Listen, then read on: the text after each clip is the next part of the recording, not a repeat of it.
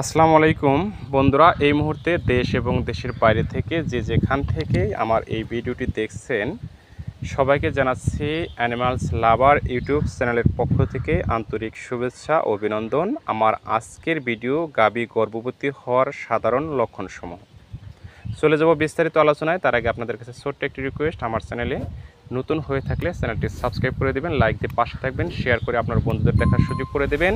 সবার আগে নতুন নতুন ভিডিও পেতে পাশে থাকা বেল আইকনটি বাজিয়ে দেবেন। বন্ধুরা, যে কথা বলতেছিলাম, গাভী গর্ভবতী হওয়ার সাধারণ লক্ষণসমূহ কী কী।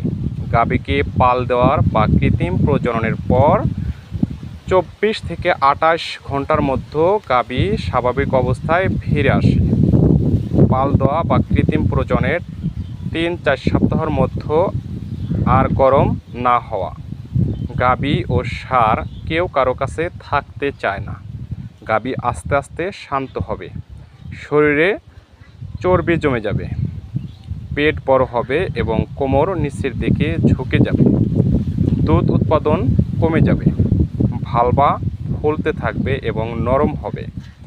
5-6 মাস পর থেকে পেটের বাচ্চা নড়াচড়া করতে থাকবে এবং শরীর ভারী হয়ে যাবে। এই জন্য পশু আগের চেয়ে হালকা নড়াচড়া করবে। তো বন্ধুরা, এই হলো একটি গাভী বা বকনা গর্ভবতী হওয়ার সাধারণ লক্ষণসমূহ। সবাই ভালো থাকবেন, সুস্থ থাকবেন। আপনার খামারের সুস্থতার জন্য নিয়মিত কৃমিনাশক ওষুধ খাবেন, টিকা বীজ ব্যবহার করবেন এবং অসুস্থ হলে সুস্থ পশু থেকে আলাদা রেখে চিকিৎসার ব্যবস্থা করবেন। আজকের মতো এ পর্যন্তই। কথা হবে ইনশাল্লাহ পরবর্তী অন্য কোনো ভিডিওতে। আল্লাহ হাফেজ।